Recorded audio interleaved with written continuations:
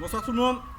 Alors, sujet du soir, j'aimerais parler de quelque chose qui est vraiment important et qui est utilisé un peu dans tous les sports, pas uniquement qu'en athlète, donc dans les sports co, dans tous les sports individuels. Et de là, je voudrais parler des étirements. Les étirements, alors je vois un petit peu tout et n'importe quoi dans tous les sports d'ailleurs. Les étirements, il y a deux sortes d'étirements, il faut le savoir. Il y a les étirements passifs et les étirements actifs ou activo-dynamiques. Après, c'est long, activo-dynamique. Hein. Il y a les étirements passifs et étirements actifs. Les étirements passifs, ce sont des étirements qui sont en général longs. Donc, quand je dis long, c'est un étirement qui dure entre 8 à 15 secondes. D'accord. C'est vraiment l'étirement de récupération. Donc, il ne faut surtout pas faire des étirements longs avant un effort. Surtout pas. Donc, si on fait des étirements longs avant un effort, eh ben on endort le muscle. En fait, on met le muscle en mode repos alors qu'on veut quand même refaire un effort derrière. Hein. Et le risque qu'il y a derrière, c'est de ne pas avoir de pêche, de ne pas avoir d'explosivité. Et dans certains cas, ça peut aller jusqu'à la blessure.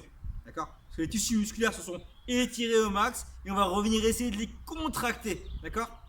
Il est difficile de contracter un muscle qui a été étiré longuement et qui a été mis au repos. D'accord. Donc ça c'est pour les étirements passifs.